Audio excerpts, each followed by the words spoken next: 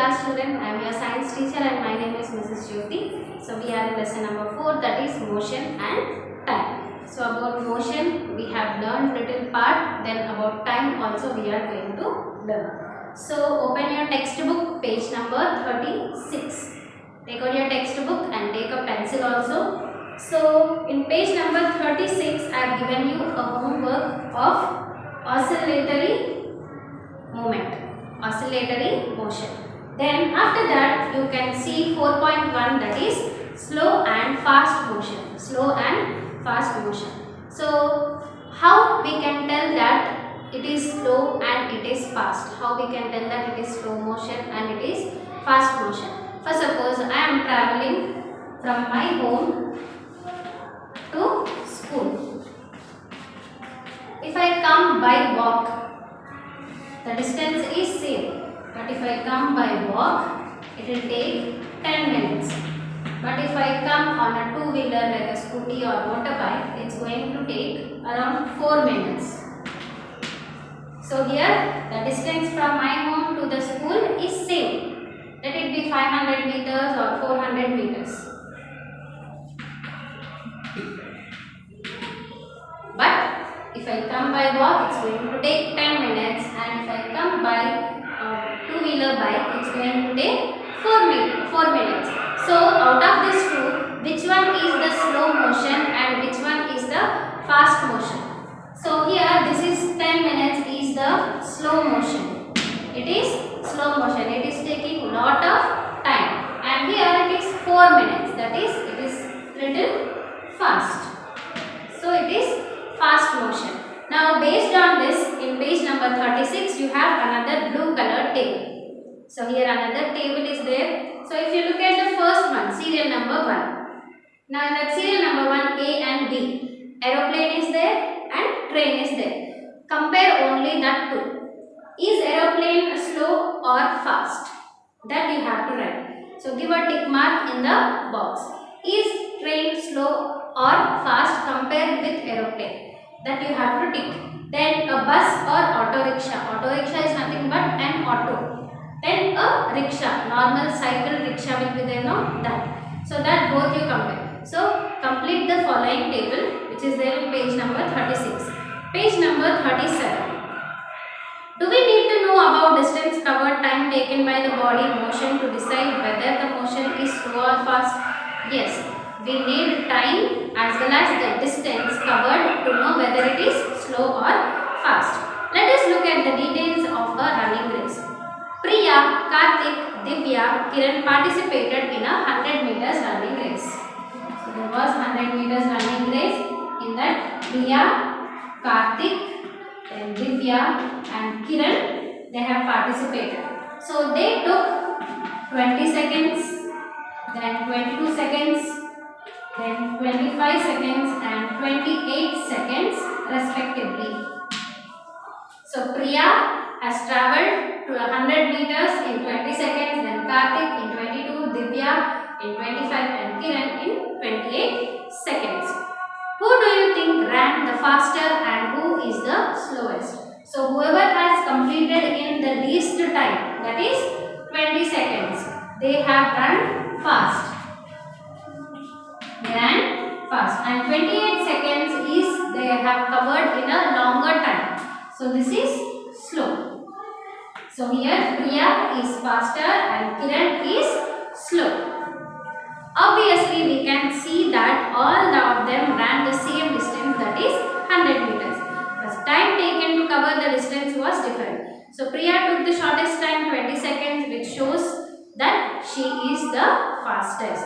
So thus we understand that the distance travelled by an object is a given interval of time can help us to decide which one is faster and which one is slower. So based on the distance travelled and based on the time, we can identify which one is faster and which one is slow. So here there are some activities, go through it. Then moving on to the next topic, that is time.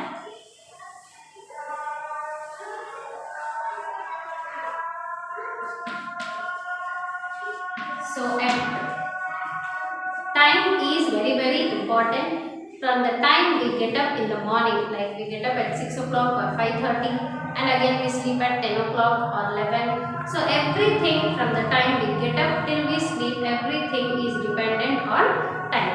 Everything, whichever work we are doing, it is based on time. For suppose a duration of this class, it will be around 20 minutes or 25 minutes. So everything is based on the time. How much time I have to teach, how much time you have to write the notes, how much time you have to read, how much time you have to eat your food, how much time you have to sleep. Everything is based on the time. So we use the word time very often in our daily life. So look at the following examples. If we observe the following examples, we use the word time at different purposes. So in some situations, without using the word time, we express the duration of time, like so late, so early. So today I came so late to the school. Today I came very early. I was so early to the school. So instead of using time, I came at 8 o'clock, 9 o'clock. Instead of using the time, sometimes we use that particular word. We just skip and use a word as so late or so early. So how do we measure time or estimate the time? So let us do the following one. So here estimating the time is there, and then measuring the time using stopwatch. So let us do 30, that is estimating the time.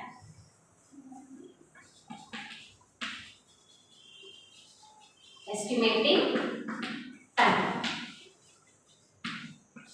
How we are going to estimate the time? So Ravi and Satish started for school at 8 o'clock from their houses, which are side by side. So side by side there are houses of Ravi and Satish, and they started to the school. So side by side means there won't be that much distance. So it may be 1 or 2 meters distance. So they have started at 8 o'clock. So Ravi started on bicycle and Satish started by walk. So who will reach first? So the person who is on bicycle or the person who is walking? So the person who is on bicycle will reach fast. So who will reach to the school first and how much earlier? What will he be compared to the others? So how do you measure early or late arrival at school? So here in the following example, Ravi is going to reach early to the school. Ravi is going to reach early, as well as Satish. As he is coming to school by walk, he is so late. He is so late. And out of this two, who is going to reach the school early? Ravi is going to reach the school early and Satish is little late.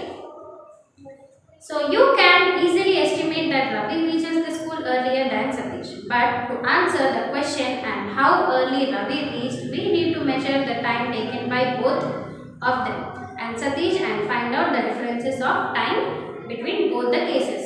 For this, we need a measuring instrument like watches and clocks. Try to give some more examples of how to measure time in addition to watches. Nowadays, we use different times, different instruments like electronic watches, digital watches, quartz clocks, etc. to measure the time. So whatever clock you have in your home, it is quartz. That is, numbers will be there in that. Yes, like 12, 3, 1, 2, 4, 5, 6. Like these numbers will be there. That is quartz clock, and the same type of watch which we keep to our hand, it's called as quartz watch.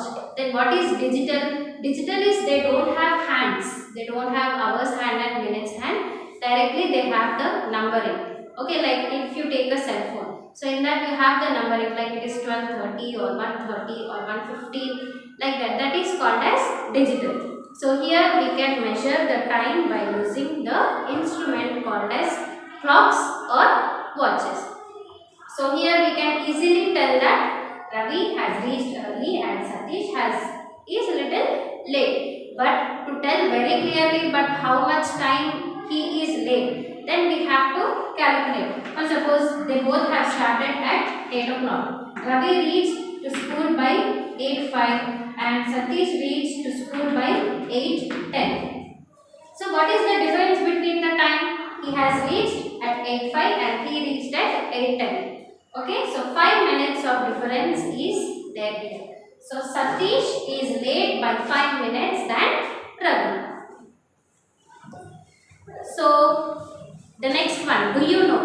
So like minutes and hours, weeks, fortnight, month, season, ayanam and also units of measuring time. So what are minutes? Minutes is nothing but 60 seconds make a minute. Then hours, 60 minutes make an hour. Then week, day is also there. So 24 hours make a day.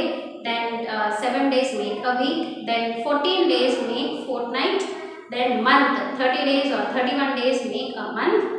Then seasons will be for 3 to 4 months. Then ayanam is nothing but 1 year. So these are the units of time. So when will the summer begin again? Again we have to calculate months and we have to tell. So when is Christmas? Now in the next month. So by this we are going to compare the time. So measuring of time using a stopwatch. So in the given green colored box, little bit more is there. Sand clock, water clock and sun dial etc. were used earlier instruments for estimating the time. So you know sand timer very much. So sand timer is going to be in this way. Yes, so this part is filled with sand. So when you turn it and keep it, again the sand, it starts falling down in this way. So even water timer also will be in the same way. So water will be filled drop by drop, the water is going to fall down. So these are the sand timers and water timers. Then in earlier days we even have the sun dial. Sun dial is nothing but based on the shadow they are going to estimate the time. So in olden days there were sand timers, then water timers and then sun dial. Measurement of time using stop clock. So nowadays stop clock is everywhere in each and every cell phone and there is a special instrument also for stop clock. So you can see here these are the stop clocks. So why do we use this stop clock? To measure anything accurately, especially during any running race or swimming race. How much time, how much seconds did the person has taken to swim from one end to the other end. So in these type of cases, we are going to use the stop clock to measure the accurate time. Stop clock are used to measure time intervals between occurrence of events accurately. So you might have seen stop clock in the laboratory. We use stop clock in the laboratory to measure short intervals of time taken for completion of a chemical reaction and time taken by a pendulum clock for one oscillation. So we use stop clock for oscillation of the pendulum clock, one oscillation and two oscillations. How much time it is taking we are going to see. And in the laboratories whenever we are doing chemical titrations and all, so we pour a chemical into a conical flask and we start doing the titrations. So the time taken from the time of titration till the color changes. Okay, how much time it is taking we are going to see. Nowadays we find stop clock almost in all cell phones. In our daily life, stop clocks help us to measure the pulse rate. So how we measure, like whenever the doctor or nurse is checking our pulse rate. So how do they measure how many times the pulse is beating? So here they check the pulse. How many times the pulse is beating for 1 minute. Okay, for 1 minute how many times it's giving a pulse rate. So stop clock we measure it for pulse rate. Apart from this, they also help us to accurately measure the timing in running race and swimming race, etc. So let us measure the time. So here there is a box. So you have to take a stop clock, take your mother's cell phone or father's and take out the stop clock time and you note down how many seconds it's going to take. Ringing of the long bell in your spoon. So this you cannot write. So if nearby any temple is there, how much time it is taking, that you can write. Completion of the school prayer song or the prayer song in your home. Running 200 meters by your friend in the school ground. So you can make a round of 200 meters and you can write how many seconds it's going to take and the completion of pledge during the assembly. So we have pledge, India is my country. So how much time it's taking to complete the pledge? And to complete the national anthem, it takes 52 seconds. How much time? It takes 52 seconds. So in this way we are going to measure the time. So not only completing this, which event has more time to complete? So which event is taking more time to finish it? Let us know how much time does it take to sing a national anthem. To sing a national anthem it takes 52 seconds. Then units of time. So just now we have discussed units of time.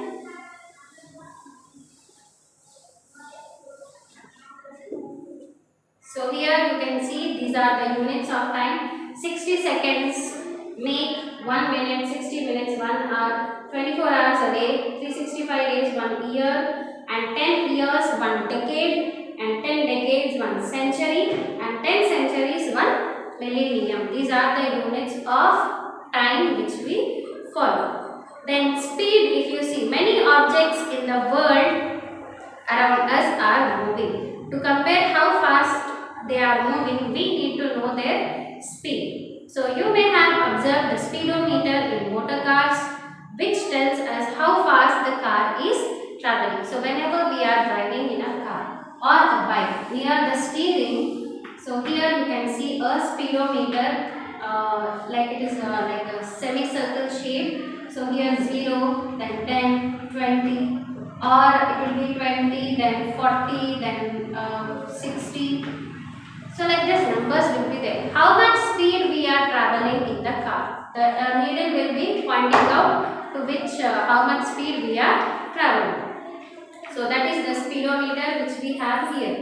So if you see in car 1 it is traveling at 60 to 80, in between it is there. That is it is traveling at the speed of 70 kilometers. And here if you see it is 150. It is traveling at 150 kilometers per hour. So have you seen any other vehicles having speedometers? Write down their names. So here in the given plan you can write which vehicles have speedometers. Buses, cars, autos, then a train and aeroplanes, all these have the speedometer. So have you seen a bicycle with a speedometer? No.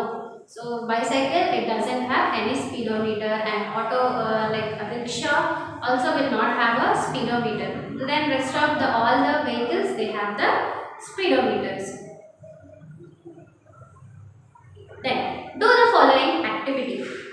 Travel on a motorcycle with your father to the market or any other place and observe the changes in the speedometer reading. So you can travel with your father and you can see the changes in the speedometer. So mostly whenever we are driving in a lane near our house, it will be to 15 to 20. Okay, note the exact time when you started from home and observe the speedometer reading carefully and note it, and the corresponding time in the table. So how here it is, at how much speed they are traveling and at what time when they have started at the home. So in this way you have to note down the time. So at what time you are starting, how much distance they have traveled for every 5 minutes, how much distance is the speedometer showing, that you have to note down. Now if you look at this pink color table, does the speed of the vehicle remain the same throughout the journey? Now here is the speed. So 0 to 20 is like 20, 0 is there, then 20 is there, then 30 is there. So this is the speed. From 0 to 20 the difference is 20. From 20 to 30 it is 10. And the time taken is, they have started at 9:10, then 9:15, then 9:20.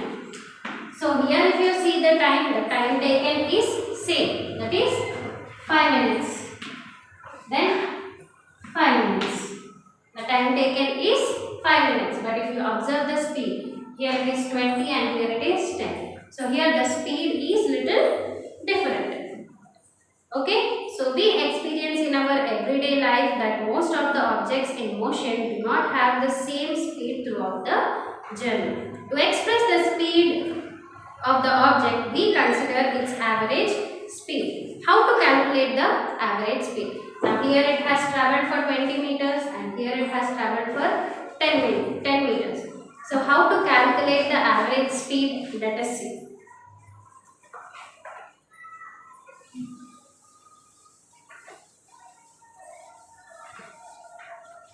So to calculate the average speed, we have to do the total distance traveled. Total distance traveled by time taken.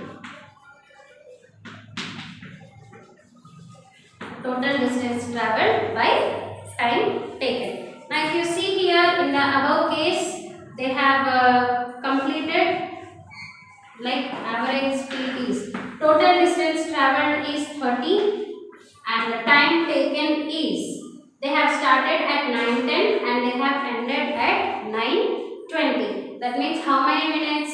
10 minutes. Okay, in this way we have to calculate the average speed. Now turn the page. Units of speed. So how we are going to calculate the speed?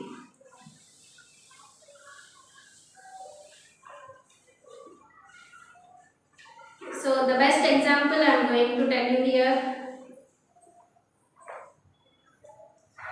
So here if you see the blue colored table. Here if you see the blue colored table. So in this 0 minutes, 10 minutes, 20 minutes, 30 minutes and 40 minutes. And here you can see the reading of distance covered. How much distance they have traveled. So how to calculate it? I will show you. So total, what is the time here? 40. 40 minutes. And how many kilometers they have traveled? They have traveled for 60 kilometers is equal to 40 minutes by 60 kilometers. How to do the average? So 40 kilometers by 60. How to do the average here? By cancellation process. So 0 and 0 cancel. Here in 2 table it's going. So 2 3s are and 2 2s are. Okay, 2 2s are 4 and 2 3s are is 6. So cancellation you know it very well. You have gone through in mathematics. So that is nothing but 2 by 3. So here in the textbook it is there. You can see. Okay. Then 60 kilometers they have travelled by 2 by 3 hours. So 60 kilometers they have travelled by 2 by 3 hours. How to calculate now? So this when we are bringing it here, it becomes like 60 into this 3 is it will come to the numerator position and 2 comes down. So it is 3 by 2. 60 into 3 by 2 same as it's shown in the textbook. Then how to do cancellation? 2 1s are, then 3s are. Okay, 2 1s are 2 and 2 3s are is 6. Now 3 into 3 is how much? It is 9. 3 into 3 is 9. And here 0 is there, the same 0 you have to give it here. Now here it's given that it is 90 kilometers per hour. That is the average speed of the particular car travelled here is 90 kilometers per hour. Then another activity is there.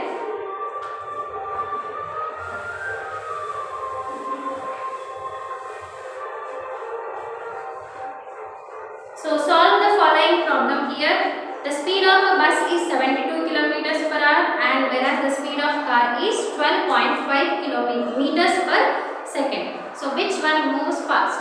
So here the bus speed is 72 kilometers per hour, whereas the car they have given in meters, that is 12.5 meters per second. So which one is going to move fast? Let's see. To compare two speeds, they must be expressed in the same units.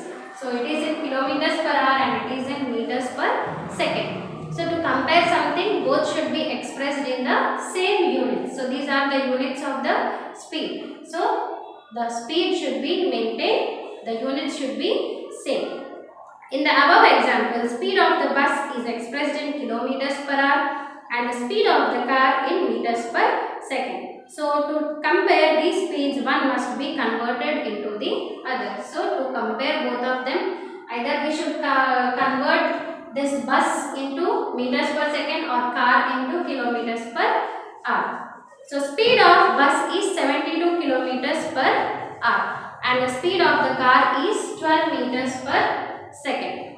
So 1 kilometer per hour is equal to 15 by 8, that is minutes into seconds. So here the bus speed we are converting into meters and seconds. So here you can see that it is 12.5 into 18 by 5. 12.5 into 18 by 5. So how we are going to get the calculation? So here 5 ones are and 5 twos are 10. So 12.5 minus 10. We will get 2.5. We will get 2.5 and if we substitute we will get 45 kilometers per hour.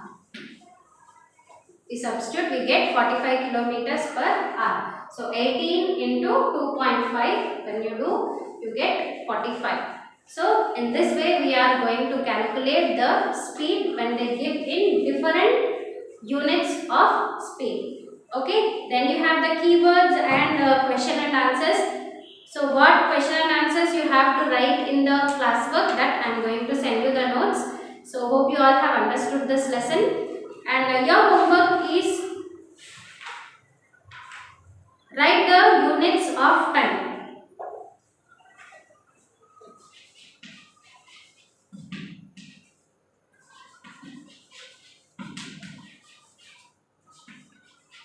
Write the units of time from page 39. Okay, so from page number 39, here you have units of time that you write it one time in your homework book. Then keywords, question and answers and points to remember, what all you have to write in the classwork. I am going to give you the notes. So do it neatly. We'll meet in the next session. Thank you.